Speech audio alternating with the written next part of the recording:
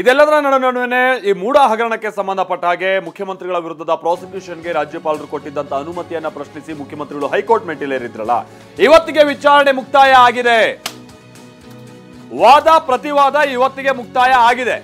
ಹಾಗಂತ ತೀರ್ಪು ಬಂದಿಲ್ಲ, ತೀರ್ಪನ್ನ ಕೋರ್ಟ್ ಕಾಯ್ದಿರಿಸಿದೆ. ಬಹಳ ಸುದೀರ್ಘವಾದಂತ ವಾದ ಪ್ರತಿವಾದವನ್ನ ನ್ಯಾಯಮೂರ್ತಿಗಳು ಆಲಿಸಿರುವಂತದ್ದು. ಮತ್ತೆ ಮೊನ್ನೆನೇ ಹೇಳಿದ್ರು, ಹಬ್ಬಕ್ಕಿಂತ ಮುನ್ನನೇ ಇವತ್ತಿಗೆ ಎಲ್ಲ ಕಂಪ್ಲೀಟ್ ಕ್ಲಿಯರ್ ಮಾಡೋಣ ಅಂತೇಳಿ 12ನೇ ತಾರೀಕಿಗೆ. ಅದರಂತೆ ಇವತ್ತು ವಾದ ಪ್ರತಿವಾದ ಮುಕ್ತಾಯ ಆಗಿದೆ. ರಾಜ್ಯಪಾಲರು ತಮ್ಮ ಅಧಿಕಾರವನ್ನ ಮೀರಿ ಯಾರ್ದೋ ಒತ್ತಡಕ್ಕೆ ಒಳಗಾಗಿ ಇಂಥ ಒಂದು ನಿರ್ಧಾರಕ್ಕೆ ಬಂದಿದ್ದಾರೆ, ವಿವೇಚನೆಯನ್ನ ಬಳಸಿಲ್ಲ ಅನ್ನುವಂಥದ್ದು ಮುಖ್ಯಮಂತ್ರಿಗಳ ಪರ ವಕೀಲರ ವಾದ ಆಗಿತ್ತು. ಸಚಿವ ಸಂಪುಟದಿಂದ ಇವರೇನ್ ಸಲಹೆ ಕೊಟ್ಟಿದ್ದಾರೆ, ಅಡ್ವೊಕೇಟ್ ಜನರಲ್ ಇಂದ ಪಡ್ಕೊಂಡು ಒಂದು ಕಾಮಾ ಫುಲ್ ಸ್ಟಾಪ್ ಅನ್ನು ಕೂಡ ಚೇಂಜ್ ಮಾಡದಿತ್ತು, ಇವರು ವಿವೇಚನೆಯನ್ನ ಬಳಸದೆ ರಾಜ್ಯಪಾಲರಿಗೆ ಸಲಹೆ ಕೊಟ್ಟಿದ್ದಾರೆ ಅನ್ನುವಂಥದ್ದು ಮುಖ್ಯಮಂತ್ರಿಗಳ ವಿರುದ್ಧದ ದೂರುದಾರರ ಪರವಾದಂಥ ವಕೀಲರುಗಳ ವಾದ ಆಗಿತ್ತು. ಇದೆಲ್ಲದರ ನಡುವಿನ ಕೇಸ್ನ ಮೆರಿಟ್ಸ್ ಎನ್ನುವಂಥದ್ದು ಕೂಡ ಚರ್ಚೆ ಆಗಿದೆ. ಹೇಗಿದ್ರಲ್ಲಿ ಹಗರಣ ನಡೆದಿದೆ ಅನ್ನುವಂಥದ್ದೆಲ್ಲ ಒಂದು ಭಾಗ. ಇಲ್ಲಿ ಏನೇ ಹೇಳಿರ್ಬೋದು, ಮೂಡ ಸೈಟ್ಗಳನ್ನ ಬೇರೆಯವರು ಪಡ್ಕೊಂಡಿದ್ದಾರೆ ಅಂತ ಹೇಳ್ಕೊಂಡ್ಬಿಟ್ಟು ಇದೇ ತರ ಹಂಚಿಕೆ ಆಗಿದೆ, ಇದೆಲ್ಲ ಒಂದು ಭಾಗ. ಬಟ್ ಮುಖ್ಯಮಂತ್ರಿಗಳು ಯಾವ ಜಾಗಕ್ಕೆ ಪಡ್ಕೊಂಡ್ರು ಅನ್ನುವಂಥದ್ದು ಇದೆಯಲ್ಲ, ಆ ಜಾಗದ ವಿಚಾರವಾಗಿರುವಂತ ತಗಾದೆ ಏನಿದೆ ಅದು ಮತ್ತೊಂದು ತೂಕದ ರೀತಿಯಾಗಿ ಇಲ್ಲಿ ಕಂಡು ಬರ್ತಾ ಇದೆ. ನಾವು ಪ್ರತಿನಿಧಿ ರಮೇಶ್ ಇದಕ್ಕೆ ಸಂಬಂಧಪಟ್ಟಾಗೆ ಮತ್ತಷ್ಟು ಡೀಟೇಲ್ಸ್ ಅನ್ನ ಕೊಡ್ತಾರೆ. ನಮ್ಮ ಜೊತೆಗೆ ನೇರ ಸಂಪರ್ಕದಲ್ಲಿ ಜಾಯಿನ್ ಆಗ್ತಾ ಇದ್ದಾರೆ. ರಮೇಶ್, ನೀವು ಕೂಡ ಈ ಪ್ರಕರಣ ಯಾವತ್ತು ಕೋರ್ಟ್ ಮೆಟ್ಟಿಲರ್ತೋ ಅಲ್ಲಿಂದ ಈ ವಾದ ಪ್ರತಿವಾದವನ್ನ ಸುದೀರ್ಘವಾಗಿ ನಡೆದಿರುವಂತದನ್ನ ಗಮನಿಸಿದ್ದೀರಿ. ಓವರ್ ಆಲ್ ಆಗಿ ಇವತ್ತಿನ ತನಕ ಆಗಿರುವಂತ ವಾದ ಪ್ರತಿವಾದಕ್ಕೆ ಸಂಬಂಧಪಟ್ಟಾಗಿನ ಹೈಲೈಟ್ಸ್ ಜೊತೆಗೆ ಮುಖ್ಯಮಂತ್ರಿಗಳ ವಿರುದ್ಧದ ಪ್ರಾಸಿಕ್ಯೂಷನ್ ವಿಚಾರವಾಗಿ ನ್ಯಾಯಮೂರ್ತಿಗಳನ್ನ ಕನ್ವಿನ್ಸ್ ಮಾಡುವಂತ ನಿಟ್ಟಿನಲ್ಲಿ ಆಯಾ ವಕೀಲರುಗಳ ವಾದ ಪ್ರತಿವಾದ ಹೇಗಿತ್ತು ಅನ್ನುವಂಥದ್ದು, ಯಾವ ತೂಕ ಅನ್ನುವಂಥದ್ದು ಏನಾದ್ರು ವಿಶ್ಲೇಷಿಸೋದಾದ್ರೆ ರಮೇಶ್. ಮಾಲ್ತೇಶ್, ಸುಮಾರು 6 ದಿನಗಳ ಕಾಲ ಸುದೀರ್ಘವಾದಂಥ ವಾದ ಮಂಡನೆ ಈ ಕೇಸ್ನಲ್ಲಿ ನಡೆದಿದೆ.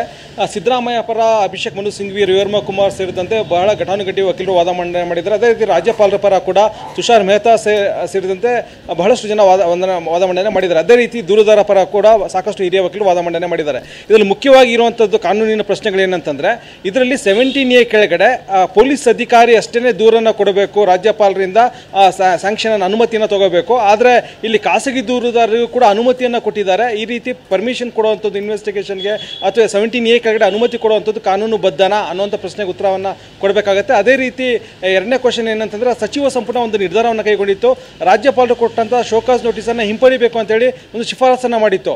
ಆ ರೀತಿ ಶಿಫಾರಸನ್ನು ರಾಜ್ಯಪಾಲರು ಒಪ್ಪಬೇಕಾ ಬೇಡವಾ ಅನ್ನೋದ್ರ ಬಗ್ಗೆ ಕೂಡ ವಾದ ಮಂಡನೆ ಆಗಿತ್ತು.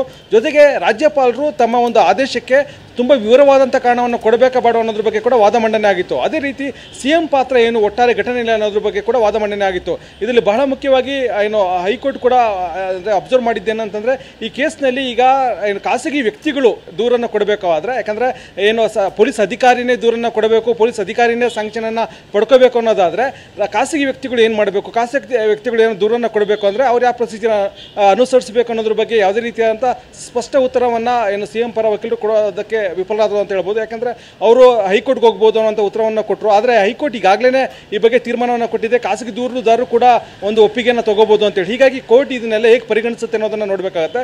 ಜೊತೆಗೆ ಸಾವಿರಾರು ಪುಟಗಟ್ಟಲೆ ಒಂದು ಡಾಕ್ಯುಮೆಂಟ್ಸನ್ನು ಕೊಟ್ಟಿದ್ದಾರೆ. ಜೊತೆಗೆ ರಾಜ್ಯಪಾಲರು ಯಾವ ಕಾರಣಕ್ಕೋಸ್ಕರ ಈ ಒಂದು ಆದೇಶವನ್ನು ಕೊಟ್ಟರು ಅನ್ನೋದಕ್ಕೆ ಅವರ ಕಡತವನ್ನೇ, ಒರಿಜಿನಲ್ ಕಡತವನ್ನೇ ಹೈಕೋರ್ಟ್ಗೆ ಸಲ್ಲಿಸಿದ್ದಾರೆ. ಇದರಲ್ಲಿ ಸಾಕಷ್ಟು ಕಾರಣಗಳನ್ನು ಏನು ರಾಜ್ಯಪಾಲರು ಅದರಲ್ಲಿ ನಮೂದು ಮಾಡಿದ್ದಾರೆ. ಹೀಗಾಗಿ ಇದೆಲ್ಲವನ್ನು ಕೂಡ ಪರಿಶೀಲಿಸಿ ಹೈಕೋರ್ಟ್ ಆದೇಶವನ್ನು ಕೊಡಬೇಕಾಗುತ್ತೆ. ಹೀಗಾಗಿ ಇದಕ್ಕೆಲ್ಲವನ್ನು ಕೂಡ ಕಾಲಾವಕಾಶ ತಗೋಬಹುದು. ಯಾಕಂದರೆ ಸುಮಾರು 1 ವಾರದಿಂದ 10 ದಿನಗಳ ಕಾಲಾವಕಾಶ ಹಿಡಿಬಹುದು. ಹೀಗಾಗಿ ಈ ತಿಂಗಳ ಅಂತ್ಯದ ಒಳಗೆ ಹೈಕೋರ್ಟ್ ಈ ಬಗ್ಗೆ ಒಂದು ಆದೇಶವನ್ನು ಕೊಡುವಂಥ ಸಾಧ್ಯತೆ ಇದೆ.